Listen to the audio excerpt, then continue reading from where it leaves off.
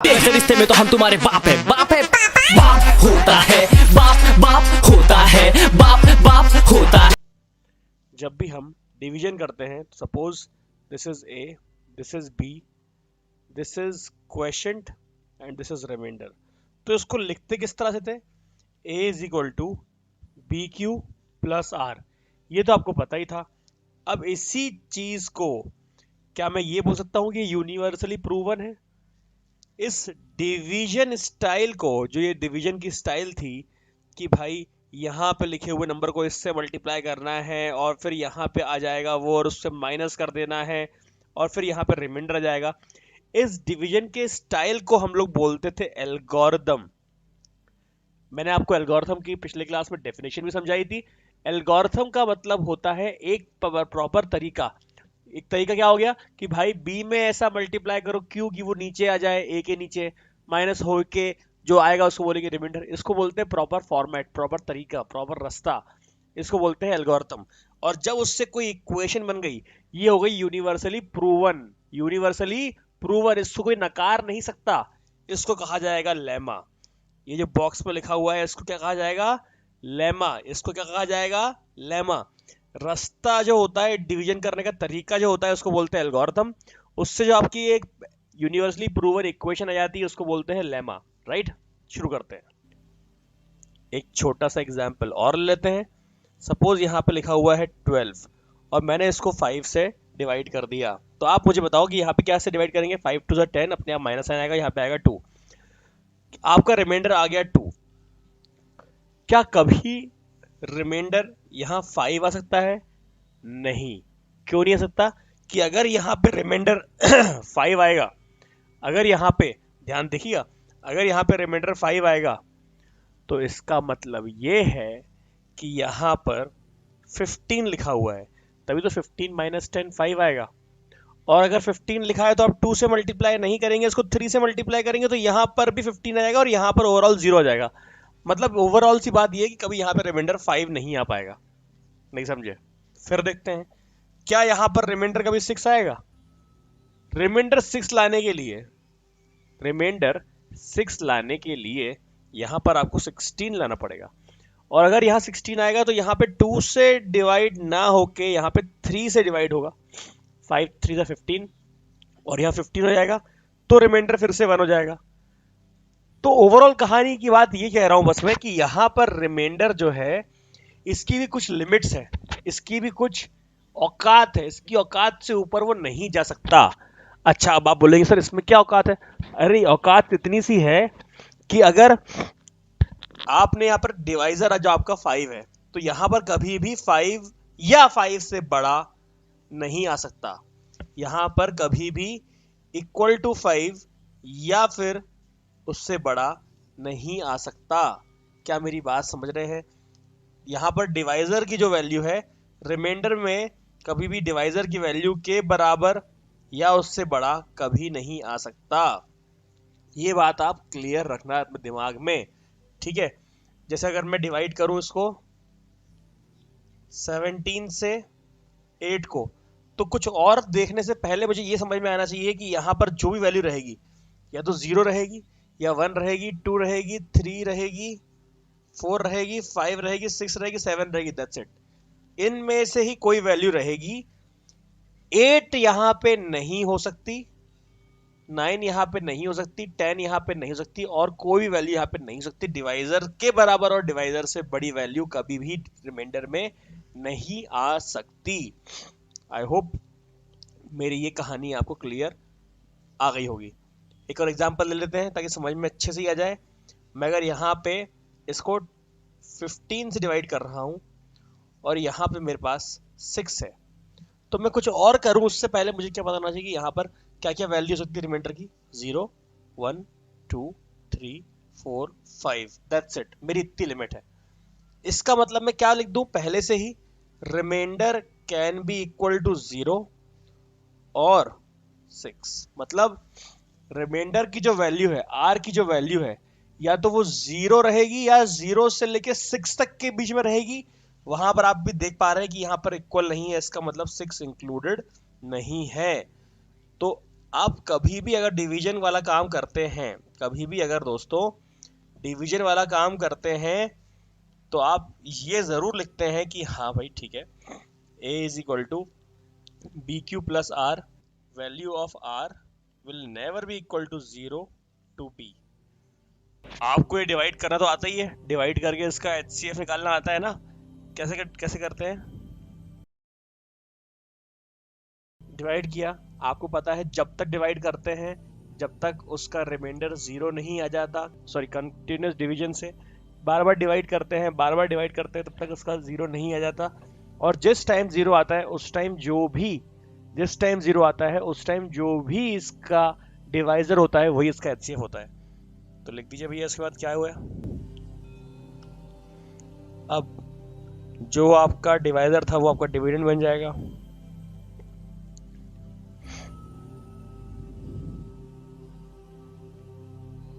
फिर से ये आपका रिमाइंडर आ गया 0। जिस टाइम आपका रिमाइंडर 0 आता है उस टाइम जो आपका HCF होता है, मतलब उस टाइम जो आपका डिवाइजर होता है उसी को बोलते हैं HCF। ठीक है, तो वैसे तो कहानी क्लियर है बहुत अच्छी तरह से कि भाई इसका HCF जो है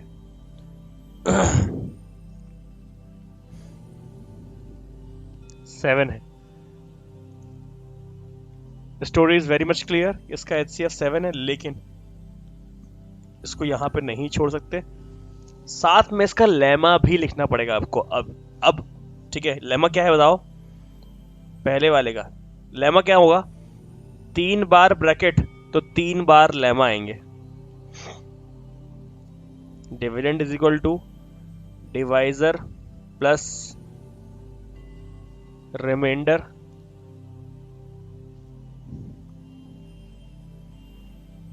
dividend is equal to divisor plus remainder dividend is equal to divisor into quotient plus remainder. भैया क्या मेरी बात आप समझ रहे हो? आप चाहो तो जिसके सामने जिसकी इक्वेशन है उसके सामने लिख दूं ताकि आपको और क्लैरिटी रहे। ठीक है, तो 3 बार डिवीजन तो उसका 3 बार लेमा।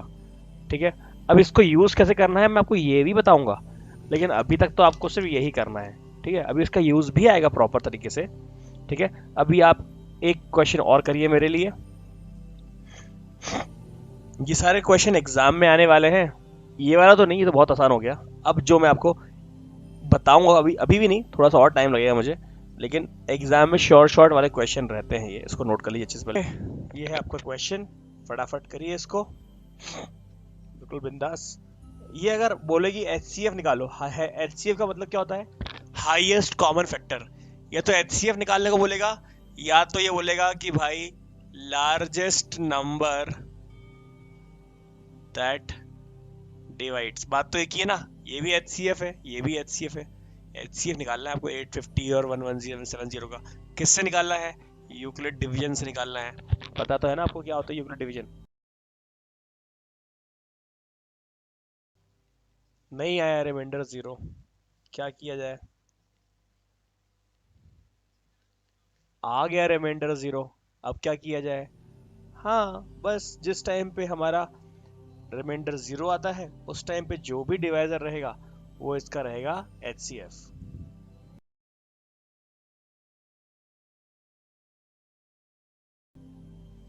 शूट, जल्दी करिए, क्वेश्चन पढ़िए, थोड़ा समझने की कोशिश करिए कि बोल क्या रहा है ये।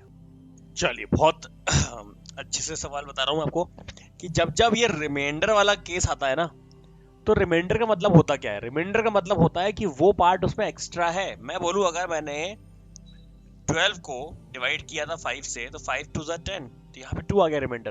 तो 2 क्या था? 2 12 में 2 जो था वो एक्स्ट्रा था, इसीलिए वो एग्जैक्टली डिविजिबल नहीं हो पा रहा था, इसीलिए वो एग्जैक्टली डिविजिबल नहीं हो पा रहा था। लेकिन अगर 2 कम कर दिया जाता 12 में से तो कितना बचता? 10। ये बड़े ही आराम से डिवाइड हो जाता। तो यहां पर भी यही है कि हमें फिर से largest number which is divisible वाला निकालना है, पर वो डिविजिबल नहीं हो पाएगा क्योंकि 969 में 9 एक्स्ट्रा है, 2059 में 11 एक्स्ट्रा है। नहीं समझे मैं क्या बोल रहा हूँ। 18 है, अगर 18 है, 18 को अगर आपने 10 से डिवाइड कर दिया तो 10 वन जा 10 और यहाँ पे आ गया 8। 8 क्या है? क्या ये रिमाइंडर है? रिमाइंडर बोल लो या बोल लो कि भाई ये एक्स्ट्रा है। ये क्या है? एक्स्ट्रा है। तो अगर 18 में से 10 को माइनस करोगे तो 8 आएगा। तो बेसिकली ये 8 जो है वो आपका एक्स्ट्रा है। अगर आप इसको हटाएंगे नहीं तो this will not give you largest number which is divisible by 969 and 2059 या किसी भी नंबर से।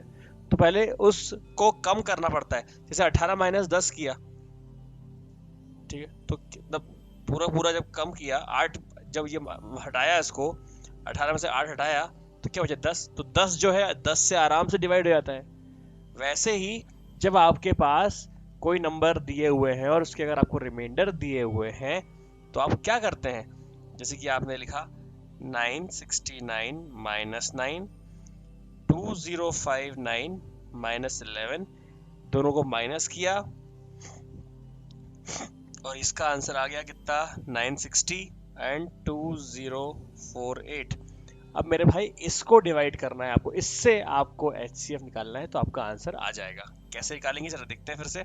वही सेम प्रोसीजर, बस याद रखना है आपको कि डिवाइड करने से पहले, यूक्लिड डिवीजन एल्गोरिथम लगाने से पहले वो एक्स्ट्रा चीज, या हम कह सकते हैं वो रिमाइंडर हटाने पड़ेंगे। वो रिमाइंडर हटाने पड़ेंगे, ठीक है।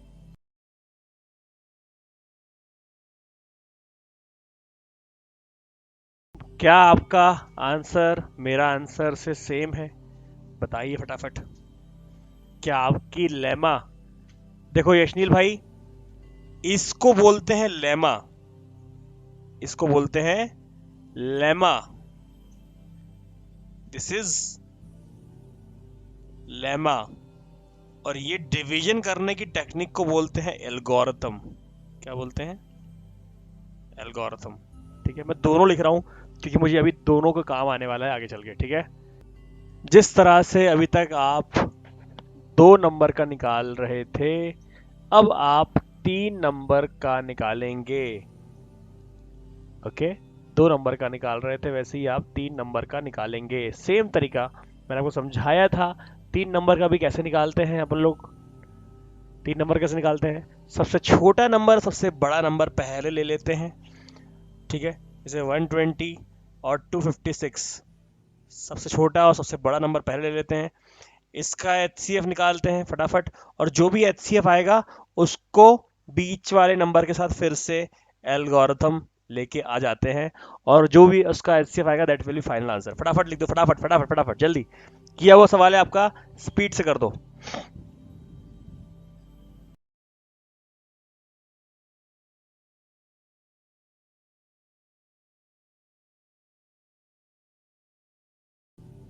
अब इसमें यहां पर भी HCF 8 आया, यहां पर भी HCF 8 आया।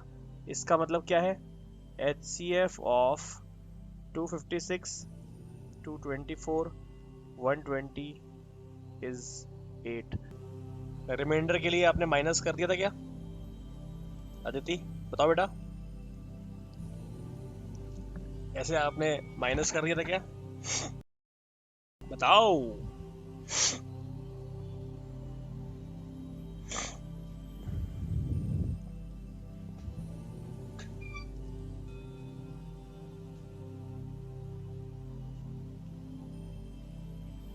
सिक्स 93। बस आप डिवाइड कर दो, सबसे छोटे को ले लो, फिर ऐसे ले लो, डिवाइड कर दो फटाफट। अच्छा, ऐसा रूल, ऐसा थंब रूल नहीं है कि सबसे छोटे सबसे बड़े को लेना है। बस वैसे कैलकुलेशन में आसानी पड़ती है ना। और अदरवाइज कोई दिक्कत नहीं है, आप किसी भी 2 नंबर को ले सकते हो। इसमें कोई ऐसा फास्ट थंब रूल नहीं है कि भैया आपको तो यही करना है ना, कि सबसे छोटे किसी। मैं जैसे कि इस बार मैं एक काम करता हूँ, 441 और 567 को ले लेता हूँ, ठीक है, कोई दिक्कत नहीं है।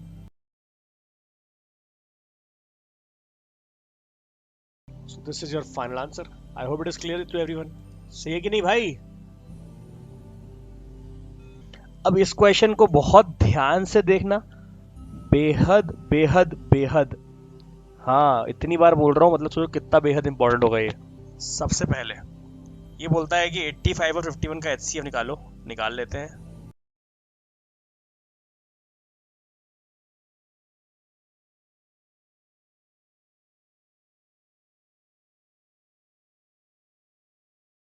ठीक है, ये आ गया इसका एचसीएफ। इसका उसके बाद हम लिखते हैं क्या, लेमा। लेमा के बाद ही काम शुरू होता है इसका। ये क्या बोल रहा है, ये बोल रहा है कि इसका एचसीएफ निकालो and then express it in the form of this. मतलब HCF is equal to 85x plus 51y के फॉर्म में एक्सप्रेस करो, और x की और y की क्या वैल्यू है बताओ। क्या मेरी बातें समझ में आ रही हैं आपको? क्या बोल रहा हूं मैं कि भाई HCF ऑफ 85 और 51 निकालो और उसके बाद x और y की वैल्यू बताओ।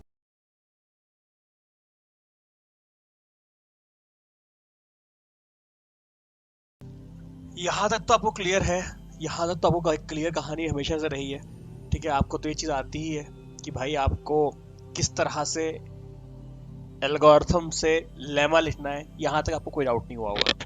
अब मेरा स्टेप बिल्कुल ध्यान सुनो, भूल मत जाना। जैसे यहां पर दिया हुआ है क्या, यहां पर दिया हुआ है dividend is equal to divisor into question plus remainder, तो रिमाइंडर आखिरी में दिया हुआ है। तो सबसे पहली स्टेप यह है कि रिमाइंडर को एक तरफ छोड़ो और बाकी सबको एक तरफ भेज दो। सबसे पहली स्टेप क्या है कि रिमाइंडर को एक तरफ छोड़ना है, बाकी सबको दूसरी तरफ भेजना है। ठीक है, जैसे क्या, ये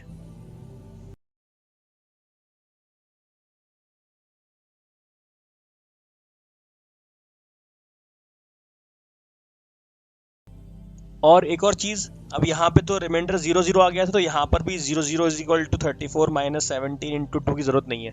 यहाँ पर दो इक्वेशन से काम चल जाएगा, ये इक्वेशन नंबर 1, ये इक्वेशन नंबर 2। तो ये बताओ मुझे सबसे पहले कि एचसीएफ क्या है। एचसीएफ क्या है, एचसीएफ है 17। 17 इज इक्वल टू आपको 85x प्लस 51y, ऐसा लिखना है ना।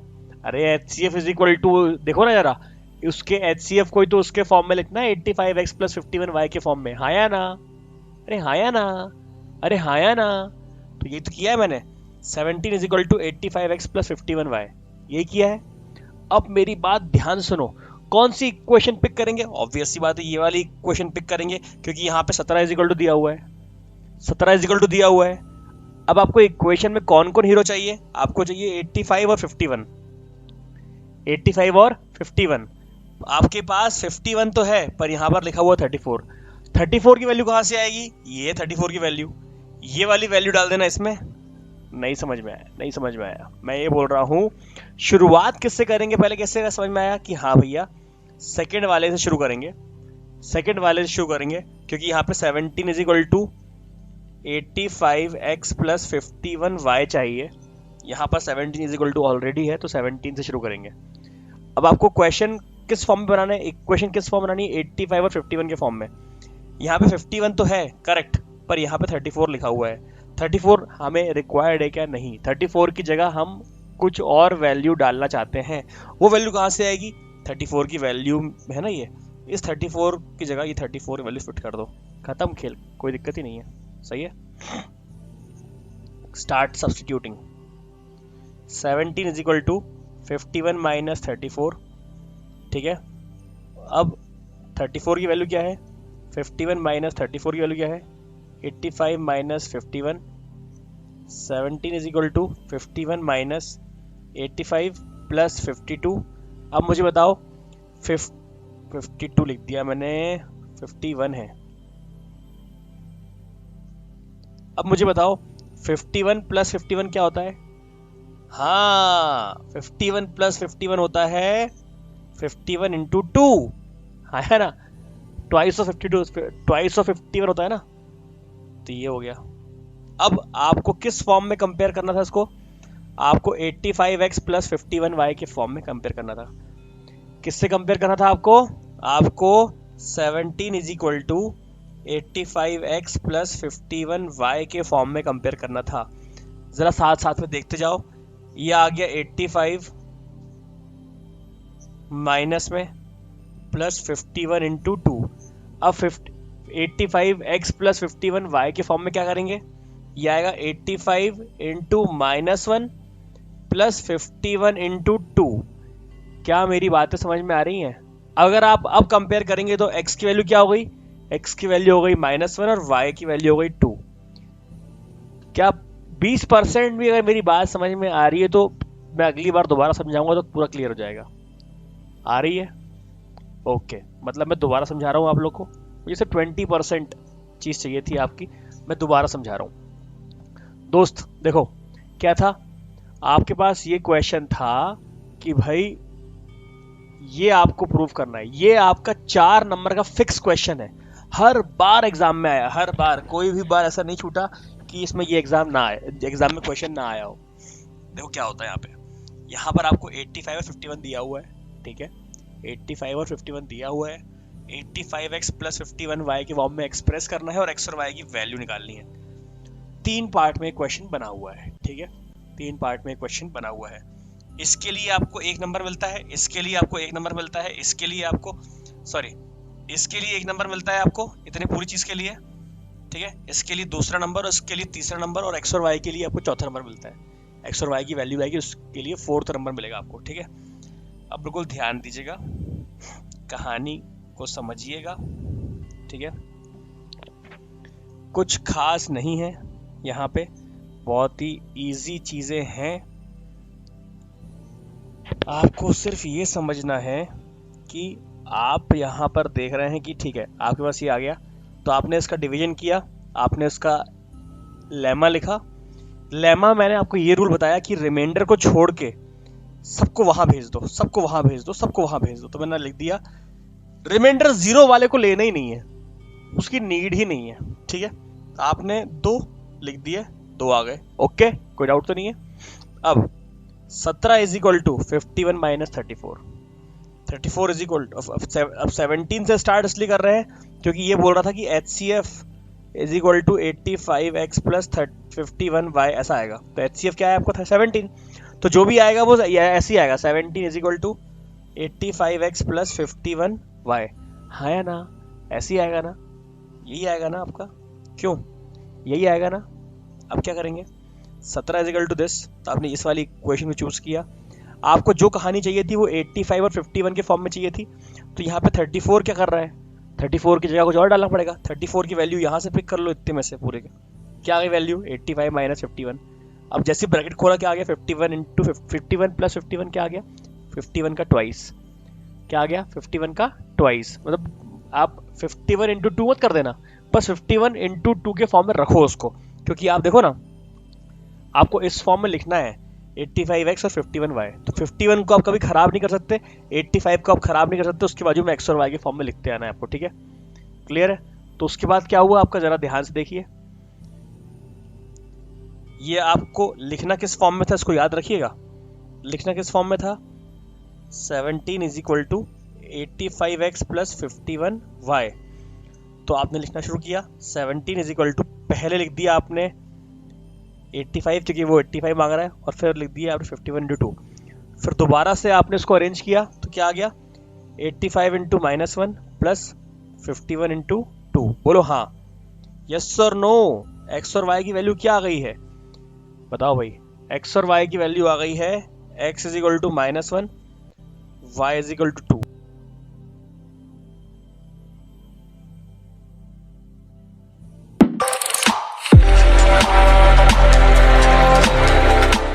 C6 midgets that be fire juggling. Maybe it's just me, cause my mind is struggling. Babes, boyfriend is acting like a clown. Know what's going down every time that we in town. Take a look through the peephole. Yo, everybody's getting geek, bro. Stop the hate and let them neeks know that we turn the club into a freak show.